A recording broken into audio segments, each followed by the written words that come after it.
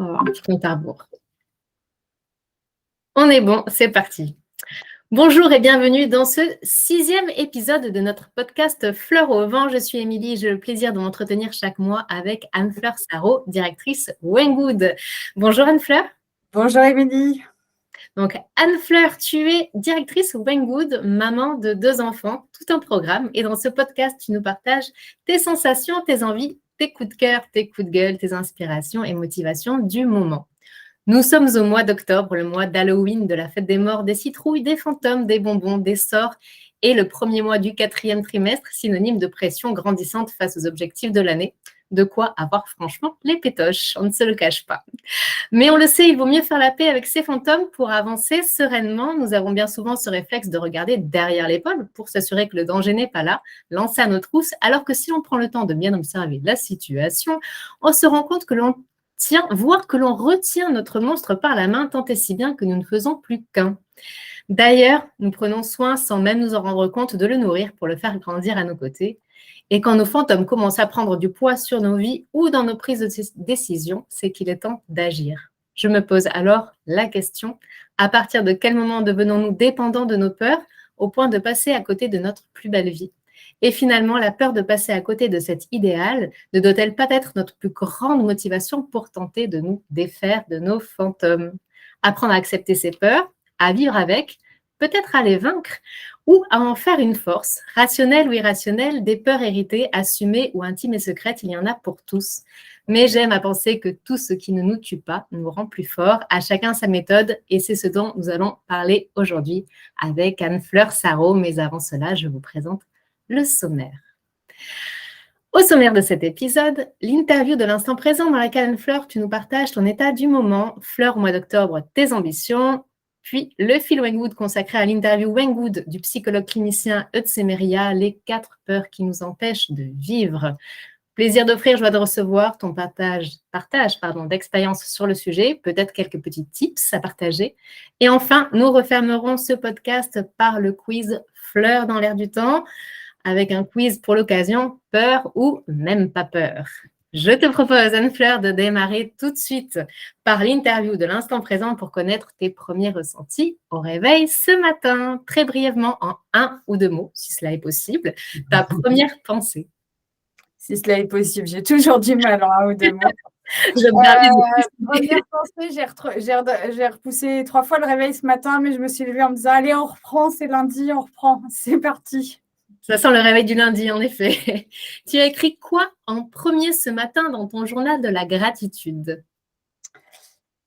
Et écoute, comme tu as dit, je suis maman de 2 enfants, donc j'alterne entre la semaine, le week-end, la semaine. Je ne sais pas tellement à quel moment il y a le repos vraiment. Je me suis dit, on a bien géré le week-end, il n'y a pas eu trop de sorties de route, de pétage de plomb, on va dire. C'est un peu mon défi chaque week-end, tu vois. Je me dis, si je n'ai pas pété un câble pendant le week-end, c'est déjà pas mal.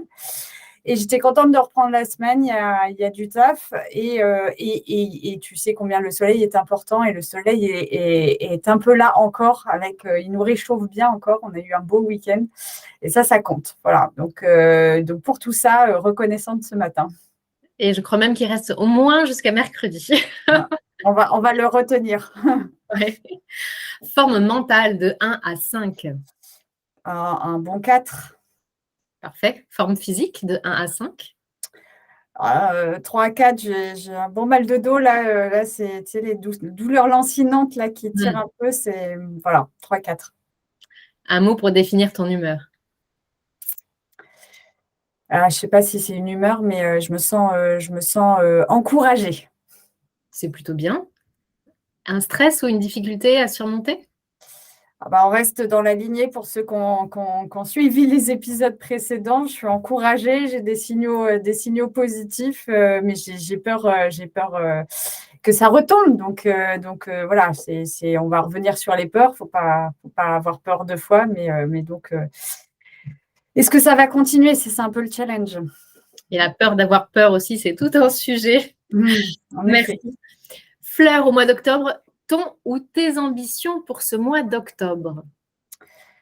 Si, je ne vais pas être très, très originale, mais bon, vie de maman, vie de chef d'entreprise, il faut continuer sur sur la pente, malgré le froid qui arrive, malgré l'hiver, malgré voilà, transformer l'essai de ces derniers mois et avoir les réussites qu'on mérite tous. Et alors, tu le sens comment? La courbe, elle est plutôt comment? Elle est plutôt pas mal. On reste concentré, c'est pas gagné encore. Les matchs les uns après les autres, c'est ça? C'est ça. Place à présent à la rubrique du fil Wayne Good intitulée aujourd'hui donc les 4 peurs qui nous empêchent de vivre. Vous pouvez retrouver l'article sur le site Wayne Good. Bien entendu, des peurs, il y en a une multitude, un peu trop d'ailleurs. Toutefois, le psychologue clinicien Eudes Semeria les a classées en 4 grandes catégories qui sont la peur de grandir, la peur de s'affirmer, la peur d'agir ou encore la peur de se séparer. Une petite question, Anne-Fleur. À quelle grande peur as-tu appris à accepter? C'est une grosse question que tu me poses là. Est-ce que tu veux bien nous dévoiler en tous les cas? Oui. Non, le deal, c'est d'être honnête et de partager. Hein. Je pense que c'est ce qu'on dit chez Wayne Good, se comprendre, s'accepter, être heureuse. Et je pense que vous partager, c'est déjà, faut déjà s'accepter soi-même. Hein. Donc, le plus grand juge, c'est moi-même, je pense. Moi, dans les peurs les plus profondes, je pense qu'il y a chez moi celle de ne pas être parfaite et donc de ne pas être aimée. J'ai beaucoup associé les deux, je pense. J'ai fait un lien petit entre les deux. Et ça se traduit tout le temps. Encore la semaine dernière, j'ai des exemples où je suis obligée de m'expliquer qu'il n'y a pas une brigade là-haut, je l'appelle la brigade, mais qui est en train de regarder, qui compte les points, qui va se fâcher, voilà. Donc j'ai un truc de cet ordre-là. Alors je ne sais pas où ça va dans la peur de grandir, de s'affirmer, d'agir ou de se séparer. C'est un petit peu tout ça. Et ça se décline de plusieurs manières, mais ouais, c'est ça. Mais ma peur profonde, au départ, c'est une peur de ne pas être aimée, ouais. Et sais-tu d'où cela vient? Tu parlais de l'enfance et à quel moment, du moins, toi, tu en as pris conscience de ça? Ah alors, c'est deux sujets différents. Une prise de conscience très progressive, très progressive. Non, disons que j'ai eu des moments où j'ai matérialisé dans ma tête, j'ai nommé, j'ai identifié cette peur. Ça a été, tu sais, comme quand on apprend à identifier ses émotions, là, c'est un petit peu dans ce cheminement-là que ça s'est fait pour moi de pouvoir se regarder en face et se dire mais qu'est-ce qui se passe là maintenant? Pourquoi ça va pas en fait, tout simplement, et d'aller chercher le mot le plus juste pour traduire ce qui ne va pas. Et d'où ça vient, je sais pas te dire. Pareil, j'identifie des phrases. J'ai beaucoup de souvenirs. On parle dans l'article de souvenirs qu'on n'a pas et de narration à refaire. Oui. Moi, au contraire, j'en vois plein. Plus je me confronte à cette peur, plus j'identifie des moments ou des phrases où j'ai été en face en tant que petite fille, parce que c'est un peu la petite fille qui revient dans ces moments où s'exprime la peur. Donc après, moi, je ne crois pas à une origine. Je pense que c'est une série, c'est un truc qui s'est construit pas à pas entre qui j'étais et mon environnement. Et les sensibilités. C'est ou génétique ou inné ou construit, mais c'est là. Voilà, donc voilà. Et ça fait plusieurs années que c'est identifié, on va dire. Voilà. Alors évidemment, des peurs, on en a. On apprend à vivre avec, pas le choix. Comment toi, tu apprends à vivre avec au quotidien? Est-ce que tu as mis, par exemple, on en parle, mais des défenses pour les contourner? Et de quelle défense s'agirait-il? J'aime pas trop le mot contourner parce que il y a un côté fuir, et c'est vrai que quand on parle de la peur, on parle aussi de. Je pense qu'il faut la regarder en face, la peur, d'une manière ou d'une. Enfin, je veux pas donner de leçons, c'est toujours la même chose. Je partage comment je le vis. Moi, j'ai plutôt ce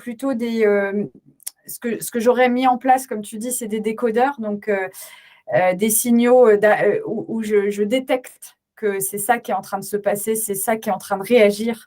Le problème de la peur que j'évoque, c'est qu'elle va se mettre devant moi et elle va m'empêcher de grandir, de m'affirmer, d'agir, d'avancer.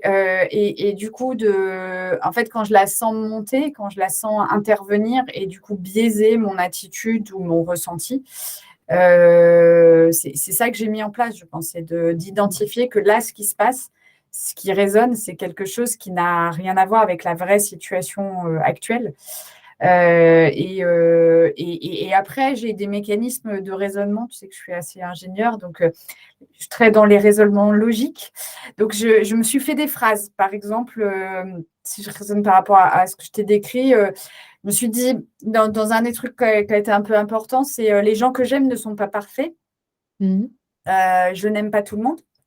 Donc, non, ne pas être parfaite ne veut pas dire que je ne serai pas aimée, puisque moi, j'aime des gens qui ne sont pas parfaits. Je n'aime pas tout le monde, donc ce n'est pas grave que tout le monde ne m'aime pas. Enfin, tu vois, c'est des phrases Ouais, comme ça, c'est un peu bête, mais logique. c'est des trucs un peu logiques d'une part, et puis en plus en miroir. C'est-à-dire qu'il y a des choses où si je suis trop centrée, engluée dans les peurs, la petite fille, etc., si je m'en extrais et que je le regarde dans mon monde d'adulte, et mon monde d'adulte, c'est mes relations d'aujourd'hui, mes ressentis d'aujourd'hui, ça m'aide à m'extraire et à pas subir. Parce que comme tu dis, pour moi, c'est pas contourner, c'est plutôt au contraire la regarder en face et me dire, OK, là, qu'est-ce qui se passe? C'est OK d'avoir cette peur, c'est OK d'avoir envie. Enfin, et puis même quand tu raisonnes, OK, je ne suis pas parfaite et en même temps, bah, c'est ce qui est toute une partie du dépassement de soi, de l'exigence, de tout ça. Donc, je ne veux pas renier non plus les effets de cette peur Bien sûr. dans ma construction. Donc voilà, donc j'ai construit des trucs, j'ai construit par rapport à être aimé, il y a, enfin, j'ai beaucoup questionné l'amour aussi, l'amitié, j'ai dit aujourd'hui, j'aime quelqu'un, que ce soit mes amis, mes connaissances, mes proches, je les aime sans rien attendre en retour et ça apaise aussi beaucoup. Ouais. De pas vivre les choses en miroir. Enfin voilà, c'est des phrases qui sont importantes pour faire le tri entre des interprétations subies de mon cerveau, comme les monstres dont on aurait peur, tu vois. Je les chasse, je les observe, mais je les contourne pas. Je les dépasse plus que je les contourne, voilà. Ouais, et ben, c'est un super beau témoignage, je pense, dans lequel tout le monde peut se retrouver avec ses peurs. Et c'est aussi beaucoup de courage que de pouvoir faire avec. Alors, tu fais avec cette peur. Est-ce que si tu as envie de la vaincre, sais-tu de quoi tu aurais besoin pour la vaincre, cette peur? Écoute, je sais pas, c'est pas évident comme question parce que vraiment, je dis, en fait, c'est comme si elle faisait partie de moi, c'est comme si on avait grandi ensemble. Je sais pas si c'est finalité. Alors, qu'est-ce qu'on met derrière vaincre? En tout cas, se débarrasser d'une certaine manière, il y a un bout de moi où je me dis, bah, ce serait me dénaturer en fait, parce que c'est toute une partie de moi. Voilà, on vient, on est complexe, on est un tout. Tu sais, je ne maîtrise pas les notions de biologie, mais on sait qu'on est fait de plein de bactéries, on est fait de virus, tout ça. Il n'y a pas tout qui est mauvais, tu vois. C'est un peu ça, la peur aussi. C'est ce qui fait qu'on est vivant, en fait. Le jour où tu n'as plus peur de rien, en fait, est-ce que tu peux encore avancer? Enfin, tu vois, non, je pense que vraiment le point, je dirais, c'est de ne pas le subir, de l'identifier, d'identifier les moments où elle te trahit, en fait, cette peur, où elle te limite, où elle te freine. Après, c'est là, et ça fait partie de ce qui fait qu'on est vivant, qu'on avance, de ce qui C'est te. ton identité. Ouais. Ouais, ouais. Donc, après, je me suis dit, ça ressemble un peu au syndrome de Stockholm, donc je challenge un peu l'idée. C'est pour ça que je ne sais pas trop. Ouais. C'est pas évident, mais en fait, pour moi, ça résonne beaucoup avec force-faiblesse, toujours la même chose, c'est-à-dire qu'on est un tout. Est-ce qu'on peut la regarder partie pleine du verre, cette peur? Voilà. Mm. C'est C'est drôle. ça que je te proposerais. Ouais. Je pense exactement au syndrome de Stockholm au moment de rédiger l'introduction. En fait, j'avais vraiment l'impression que c'était ça. Et finalement, on se prend pas d'amour parce qu'on on n'aime jamais nos peurs, mais enfin, voilà, on sait que on la tient par la main, mais après, on avance ensemble et on cherche justement, voilà, à la confronter et puis à aller au-devant. Et j'avais une question, tu parlais effectivement donc de l'affronter, de faire avec. Est-ce qu'il t'arrive en certaines occasions d'en faire une force de cette peur? Ah, mais tout le temps, je pense. Enfin, euh, si, enfin là j'ai partagé vraiment enfin, le sujet qui est le plus présent dans mon quotidien. Enfin, cette histoire de la brigade, vraiment, c'est présent tout le temps, hein. Enfin, donc c'est présent, je pense, dans les deux éléments, parce que ma réaction dans l'exigence, dans l'effort, la remise en question, le dépassement de soi, je pense, enfin, je pourrais l'assimiler à une réaction à cette peur ou bien le pendant de cette peur. Donc, c'est là où je dirais, est-ce que c'est pas un tout et effectivement, l'enjeu, c'est surtout de pas subir. Encore une fois, je donne pas de leçons, hein, mais c'est toujours parce que tu pourrais, par opposition, on pourrait regarder des gens qui n'ont pas peur, qui ont peur de rien, mais est-ce qu'ils ont vraiment peur de rien ou est-ce que c'est une histoire d'introspection et de combien tu te regardes ou pas dans le miroir et qu'est-ce que tu regardes quand tu regardes le miroir? Donc, oui, je pense que mes peurs sont mes moteurs aussi. Tu vois, la peur, si tu reviens, moi j'aime bien revenir à l'ère animale. La peur, c'est ce qui te met en mouvement et c'est ce qui déclenche l'instinct de survie Bien sûr. et donc la force. Enfin, et donc, oui, bien sûr que mes peurs sont juste derrière mes principales forces. Et après, question de ne pas subir tout ça et question de le vivre et le déployer dans un environnement dans lequel tu n'agresses pas l'autre, tu écrases pas l'autre, parce que ça, c'est l'autre point des peurs, hein, la peur dans le miroir de l'autre et dans l'affrontement de l'autre. Donc, oui, j'ai eu l'occasion de voir cette peur comme une force parce que je pense que la peur, c'est l'instinct de survie et c'est ce qui nous met beaucoup en mouvement. Eh bien, je vais te dire merci, Anne-Fleur, parce que ce que tu dis, voilà, enfin, me parle et je pense parle à beaucoup de monde et je partage effectivement ce, ce rapprochement avec l'instinct animal. Voilà, encore une fois, hein, la peur, c'est ce qui va faire que on va agir. Donc voilà, et se dépasser et se surpasser, montrer le meilleur de nous-mêmes aussi, et c'est comme ça aussi que par la suite, on peut se sentir plus fort. Donc finalement, Mm. voilà, les peurs ont parfois du bon. On le disait, en octobre, nous célébrons Halloween, l'occasion parfaite de revêtir un chapeau pointu sans commettre de faute de goût. En mode Hermione Granger ou Maléfica, c'est au choix. Si tu pouvais, adresser un bref message à ta peur pour lui jeter un sort, voire l'intimider, alors peut-être pas la faire disparaître, mais que lui dirais-tu? À ma peur, bah écoute, je manquerai dans ce que je viens de dire. Je lui dirais, tu fais partie de moi. Si tu n'existais pas, je serais une autre personne. Alors maintenant, essayons de trouver un équilibre, si tu veux bien. Viens quand je t'invite et puis après, je te passe de côté. Ouais, quand je suis trop dépassée, tu sais, comme la vague, quoi. Quand je suis trop Ouais. dépassée, s'il te plaît, laisse-moi souffler. Plaisir d'offrir, joie de recevoir. On est toutes différentes, donc ce qui marche pour les unes peut ne pas fonctionner pour les autres. Parfois, il suffit d'un déclic, d'un mot qui va résonner en nous. Si tu avais un mot d'encouragement à adresser à des personnes qui se sentent paralysées par une peur, ou peut-être une lecture, un témoignage, un parcours qui t'ont toi-même inspiré pour aller de l'avant, pour permettre ce fameux déclic, qu'est-ce que tu dirais? Oh là là, t'as 4 heures? Non, je dirais, déjà, c'est OK d'avoir peur. Déjà, c'est toujours la même chose, c'est OK d'abord. Parce que toute une partie du frein et de la difficulté de la vie, c'est la culpabilité, le c'est pas OK. Donc, c'est OK d'avoir peur, premier point. Ensuite, j'ai peur de quoi? Toujours se comprendre, s'accepter, hein, les mots, c'est toujours je suis heureuse parce que, je suis en colère parce que, je suis triste parce que, j'ai peur parce que. Je Hmm. pense que si on travaille cette phrase-là, déjà, il se passe beaucoup de choses, rien que dans l'identification. Et que enfin, OK, c'est le premier point de l'accueil, mais l'identification est hyper importante. Et une fois que c'est identifié, c'est beaucoup moins gros. Les monstres dans la chambre de mes enfants, régulièrement, je chasse les monstres.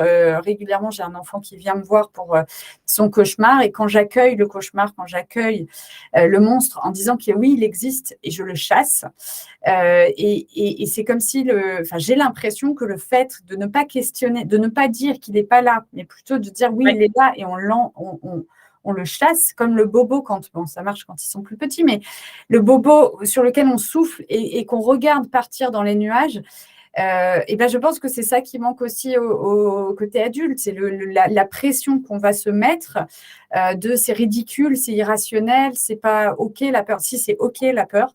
Et j'ai peur précisément de quoi? Déjà là, il y a tout un truc qui va se passer et qui va se dégrossir. Et après, un grand truc que j'ai, c'est on ne vit pas les problèmes deux fois. Alors, ça ne marche pas très bien sur les propos que j'ai partagés avant, quoique. Mais, si, même avant, on se dit, on ne m'aime pas, tant pis. Est-ce que j'ai donné le meilleur de moi? C'est ça qui est important. On ne vit pas les problèmes deux fois. Souvent, on a peur de quelque chose, mais du coup, on va le vivre une première fois dans cette peur. Et puis, en fait, soyons humbles, notre capacité à prédire ce qui va se passer est assez c'est un don. Voilà. Et puis, du coup, il y a les 90% qui ne se passeront jamais, pour lesquels on aura eu peur pour rien. On se sera usé d'énergie pour rien. Il y a les 10% qui vont se passer, mais qui vont se passer très certainement très autrement que ce qu'on a imaginé. Donc, la peur, ça ne sert à rien. Mais ça, encore une fois, je ne le dis pas pour mettre de la culpabilité. Je me dis, voilà, moi, j'ai très peur d'avoir une maladie grave. J'ai très peur que mes enfants perdent leur mère trop jeune. C'est toujours trop jeune, mais enfin, ça peut être vraiment trop jeune. J'ai peur qu'il leur arrive quelque chose. Mais en fait, tant que ce n'est pas arrivé, comment est-ce que cette peur, elle va me bouffer, en fait, pardon du terme, mais pour rien. Donc, plutôt, sachant que ça pourrait arriver, comment est-ce que je profite aujourd'hui au mieux? Comment je fais en sorte de leur donner tout ce que je peux aujourd'hui, de prendre tout ce que je peux aujourd'hui, alors pas en mode consommation, hein, vraiment en mode amour. Voilà, et donc, on ne vit pas les problèmes deux fois. Et puis après, toi, j'ai peur de ne pas être aimée, j'ai peur de ne pas être parfaite, j'ai peur. Qu'est-ce que j'en pense moi, en fait? Enfin, quand c'est une peur du jugement, quand c'est une peur vis-à-vis de l'autre, quand c'est une peur vis-à-vis de la planète qui va s'effondrer, faut essayer de démystifier la peur, lui mettant des mots déjà, et puis après en se disant, qu'est-ce que j'en fais maintenant? Comment je me mets en mouvement? Ou alors je la chasse parce que c'est juste un limitant. Sans pression, encore une fois, c'est OK. Et partout, je te dirais, tu me demandes un conseil, le premier point, c'est OK. Et on réduit la culpabilité. Et après, comme je dis, on ne vit pas les problèmes deux fois, on s'accueille, on accueille les peurs aussi, et on cherche derrière, et je crois que ça fait partie aussi de ce que, j'ai oublié son nom, de ce que à recommander, mais en fait, c'est tout un chemin de vie d'aller en face de ces peurs et de trouver le sens de la vie, parce que derrière, tu as peur de la mort, tu as peur de la planète, des enfants, etc. C'est la question c'est la question du sens de la vie. Donc, à un moment donné, c'est se regarder en face et c'est le chemin de la vie d'adulte. Et je suis assez d'accord avec ce qu'il dit là-dessus. Donc voilà. Bon, voilà, je ne sais pas 4 heures, mais d'abord, c'est OK d'avoir peur. C'est tout. C'est un très beau résumé. Et puis oui, soyons un peu sympas envers nous-mêmes aussi, je pense. Oui, d'abord. Il faut le rappeler de temps en temps. Merci beaucoup, Anne-Fleur, pour ce partage sincère et puis voilà, avec plein de bons conseils. Chers auditeurs, n'hésitez donc pas à nous partager vos problématiques, vos expériences et conseils en commentaire de ce podcast. Et si vous souhaitez explorer d'autres thématiques en termes d'épanouissement personnel ou professionnel, n'hésitez pas à vous rendre sur le site wanggood.com. Je te propose maintenant, Anne-Fleur, de refermer ce podcast par la séquence portrait Fleur dans l'air du temps et notre quiz intitulé pour l'occasion « Peur ou même pas peur ». Le monstre, on en parlait tout à l'heure, sous le lit quand tu étais petite. Alors, il peut être sous le lit, mais peut-être dans l'armoire ou le grenier, c'est toi qui vas nous le dire. Elle n'était pas sous le lit, moi, mais elle venait effectivement au moment de m'endormir. C'était une boule énorme. Ah, qui allait m'écraser. Moi, je courais, je courais. C'était une forme de cauchemar. Ma fille te parlerait mieux de ça parce qu'elle a étudié les phases du sommeil, mais c'était au début de mon sommeil. Et puis des fois, du coup, je réveillais. Voilà, une boule énorme. oui, donc en plus, c'était vraiment concret, quoi. C'était, Ouais, c'était très concret. C'était très. Tu vois, là, je la visualise encore parce j'avais même du ressenti physique oh, assez bizarre par rapport à ça. Ouais, ouais, ouais, ouais. Donc là, tu me fais replonger dedans. ouais, Je il vais est la parti. repasser juste après, si tu veux bien. On va mettre du sel dans les coins de ta chambre pour te faire partir. À classer par ordre croissant de même pas peur à trop trop peur. Le dentiste, les araignées, les ascenseurs du bureau, les mathématiques et restant dans les chiffres à la crise de la quarantaine. Oh là là. Alors, les araignées, peur, peur, peur. Les araignées, j'en ai une phobie. Enfin, phobie, ouais, c'est horrible. Les araignées, ça, avant de dormir, si je pense à une araignée, je me relève. Je me relève pour me connecter à autre chose. Tu m'as dit qui? Le dentiste. Le dentiste, j'ai peur qu'il me gronde parce que tu sais, j'ai l'image des caries. Ah, Donc, j'ai peur qu'il me gronde parce que j'y vais pas assez souvent, toujours. Et puis, parce que les caries, c'est un peu, c'est de ta faute, t'as pas fait attention, t'as pas pris bien soin. Les maths, j'aime les maths. Alors bon, j'aime les maths du lycée, les maths de la prépa. J'ai vu les vrais maths, tu vois, les maths des chercheurs. C'est moins là, un peu plus peur quand même. L'ascenseur, écoute, j'ai pas spécialement la peur de l'ascenseur, mais c'est vrai que je m'y suis retrouvée coincée 2, 3 fois et c'est pas hyper sympa. pas hyper sympa. Hein. Crise de la Non. quarantaine. Ah bah, je me suis réveillée à mon anniversaire des 35 ans, j'ai pleuré. Enfin, je ne me suis pas réveillée, il était minuit, j'allais m'endormir, j'ai pleuré. Donc, j'espère qu'à 40 ans, j'aurai assumé, si tu veux. Ouais, c'est pas parti. Ouais, non, à 35 ans passés, je me suis dit, bon, bah, voilà les enfants, voilà la boîte, l'entreprise que je gère, voilà, bon, bah, c'est quoi la suite? Donc, je me suis fait déjà, j'estime que la quarantaine, je dois la passer nickel parce que c'est à 35 et à 37 que j'ai eu ce coup de blues. Ouais, la crise existentielle est passée. Très Ouais, bien. j'espère, on verra, hein, je te dirai. Les manèges qui tournent dans tous les sens dans les fêtes foraines quand tu étais enfant, peur ou même pas peur? Alors, je n'ai pas de souvenir quand j'étais enfant de ce type de manège. Donc, je ne sais pas si j'ai occulté ou pas. Mes enfants, ils vont beaucoup et je t'avoue que si je peux éviter, j'y vais pas. C'est ça, parce que c'est ce que j'allais te dire après. Normalement, l'âge n'aide pas du tout. Non, non, après, j'ai un dévouement un sens du sacrifice de maman, on va dire. Je sais pas, c'est un peu lié, mais tu vois, j'ai fait du parapente l'été dernier. Ça, c'est pas moi. Enfin, c'est pas moi. C'est dépassement de soi, hein, donc mais franchement, c'était vraiment pour montrer à mes enfants. Enfin, ils ont voulu y aller, il fallait montrer qu'on pouvait y aller. Donc le manège, c'est un peu pareil. Ça m'arrive, mais je comprends pas tellement cette énergie-là. Je la comprends pour le sport, je la comprends pas dans l'adrénaline le saut à l'élastique. Je pense jamais, tu vois. Justement, tu me coupes l'herbe sous le pied. Ça m'a amené à la prochaine question. Un saut en parachute, on lance une cagnotte litchi, peur ou même pas peur? Non, non, non, non. J'ai fait le parapente, c'est bien, mais parachute, non. C'est déjà pas mal. Un autre saut, peur ou même pas peur, avec un adjectif pour qualifier chaque moment quand tu t'es lancé dans la vie à 2, puis la vie à 3 et la vie à 4. Pas trop peur, pas trop peur. L'amour du risque. Ouais, non, non, je te dirais la candeur plus. Écoute, là peut-être pour une fois dans ma vie, le take a chance, tu sais, on Oui, compare les expressions anglaises et françaises et c'est assez épatant de voir qu'en français on dit prendre un risque et en anglais on fait take a chance. exactement. Donc je sais pas, moi, il y avait quelque chose d'assez évident, instinctif, tout ce que tu veux. A posteriori, je me suis dit plusieurs fois, mais pourquoi? Mais non, peur au sens, tu vois, justement, de ce qui t'empêche et de ce qui te limite. Après, j'ai peur de mal faire, ça tout le temps. Oui. Les enfants, c'est dur, hein, on en a déjà parlé, mais de se dire je saurais presque jamais, mais en tout cas assez tard si j'ai pas trop merdé, en gros. Pardon, mais j'ai pas d'autre formulation, tu vois. C'est dur, ça, c'est dur. Et puis ça dépend pas que de toi. Il n'y a pas de bouquin, donc. Mais non, j'ai pas eu peur de me lancer. Non, C'est très pas là. l'aventure. Tu es une aventurière, Anne-Fleur. Ouais, je n'aurais pas dit comme ça, mais admettons, aventurière de la vie, je veux bien. Une aventurière de la vie, ça te va très bien. On parlait donc des enfants.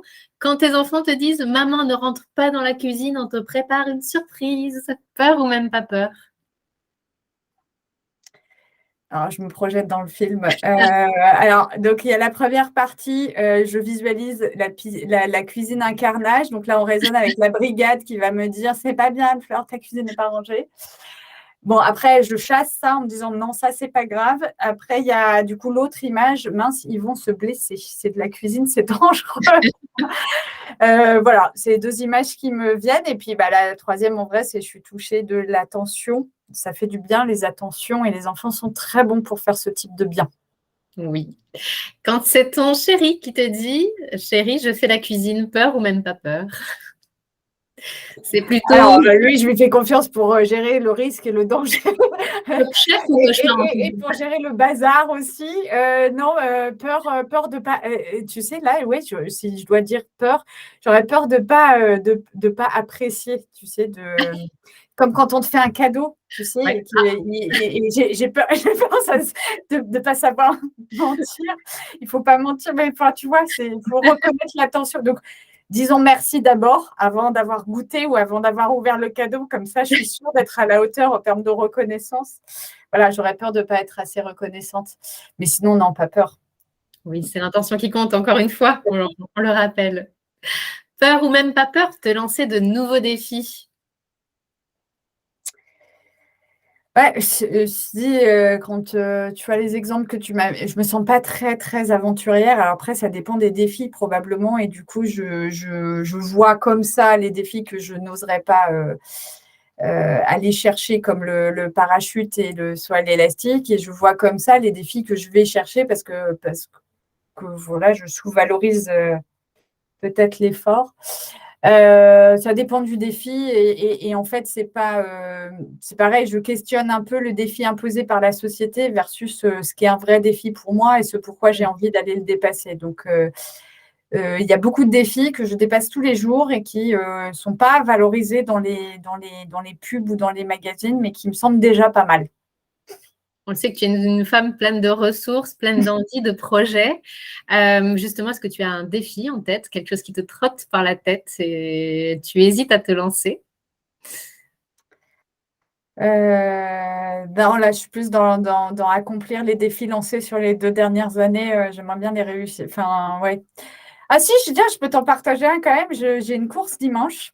Ah, bien. J'ai une course dimanche. C'est que un 10 km, mais du coup, je me challenge à aller chercher les petites minutes. Donc, il y a un an, cette même course, mon objectif, c'était de faire moins d'1 heure. C'était un gros objectif. Ça fait une dizaine d'années que je cours et aller chercher moins d'1 heure sur 10 km, c'était un gros dépassement que j'avais réussi. Donc là, je vais pas me porter la poisse, je vais pas partager mon objectif, mais je te dirai la prochaine fois si je l'ai atteint. Mais c'est mon défi du moment, ouais. Eh bien, on est de tout cœur avec Merci. toi, on te supportera par la pensée. Le film qui t'a fait le plus peur, peut-être pour l'histoire angoissante et ou pour le style raté, ton plus beau navet cinématographique? Ah, moi, je suis très, très bonne cliente, je t'ai déjà dit, je crois. Mais donc, bien sûr, il y a des films qui me déçoivent, mais non. Peur, écoute, il faudrait que je le revoie quand même en mode adulte parce que je vais te dire, le film qui m'a fait le plus peur, c'est Ghost. Ah Et oui. Ghost qui était diffusé, donc ma maman, tu sais, regardait le film du soir. Alors, c'était 20h50, maintenant, j'ai l'impression que c'est 21h10. Bon, avec le Non, mais replay, on s'en deuxième fout. film, on est d'accord. Mais du coup, quand je disais au revoir, il pouvait y avoir, tu vois, je pouvais voir, entreapercevoir une scène de film, ou alors quand je redescendais, tu sais, tu redescends plusieurs fois, je ne sais pas si. si tu veux le point. Et les enfants font ça hein, quand ils ne veulent pas dormir. Donc, ils viennent une première fois, ils ont soif, ils ont envie d'aller aux toilettes, etc. Donc, j'ai dû faire ça un jour. J'étais un peu trop jeune pour voir les premières images du film Ghost. Et ça m'a empêché de dormir ce soir-là. Et ce soir-là, maman m'a fait rester. Donc, je ne sais pas si elle avait déjà vu le film, si elle savait ce qui se passait derrière, mais elle m'a fait rester pour que je raisonne en fait, raisonnement et résonance avec ma peur et que je vois la suite de l'histoire qui n'est pas un film d'horreur, je crois. Et encore une fois, je crois parce que je ne l'ai jamais même vu derrière en vrai dans ma vie d'adulte, tu vois. Mais du coup, ça t'a pas donné envie de le revoir Si, même là, tu vois, en y repensant, je me dis, mais c'est ouf parce que vraiment, ça m'intrigue. J'aimerais bien remettre des mots d'adulte sur ce souvenir d'enfance. Mais donc, je me vois très bien. J'ai assisté à une scène, donc je ne sais pas le début du film, comment ça commence, mais j'imagine qu'il doit y avoir une mort d'une manière ou d'une autre. Ça m'a fait peur. Et voilà. Et après, sinon, Scream ou... c'était quoi un truc Blair Witch Project, c'est ça j'ai dû me mettre dans le canapé avec mes potes au lycée, mais ne pas regarder le film du tout, je pense, parce que c'est pas mon truc, moi, ça. Ça me procure aucun, tu vois, autant le sport, tu te fais mal pour te faire du bien, tu vois, autant le film d'horreur, mais alors ça marche pas pour moi. Faudrait peut-être réessayer, hein, on peut apprendre à aimer tout, mais ou pas, hein, c'est pas une obligation non plus. J'ai pas le temps là pour ça, pour essayer d'apprendre à aimer les films d'horreur et trouver la bonne énergie que ça procure. J'ai pas choisi de prendre ce temps-là. Voilà. Et pour conclure, ta plus belle victoire face à une peur, parce que finalement, c'est tout ce qu'il faut retenir, les victoires. Victoire. Bon, alors, pour l'anecdote, je te parlais des araignées tout à l'heure. Le problème, c'est que la peur des araignées, je la partage avec ma maman. Et du coup, ça m'est arrivé d'être celle qui devait. Enfin, quand je suis avec ma maman, je dois dépasser ma peur. S'il n'y a pas quelqu'un d'autre à proximité. Donc, ça m'est arrivé plusieurs fois et j'avoue que j'étais assez fière, tout en me disant, bon, bah, je dois avoir moins peur qu'elle. Mais quand même, c'était un effort. Et après, la plus belle victoire, enfin, si tu reviens aux peurs que j'évoquais plus tôt et à ce que j'aurais envie de transmettre si quelqu'un, c'est tous les jours qu'on vainc nos peurs.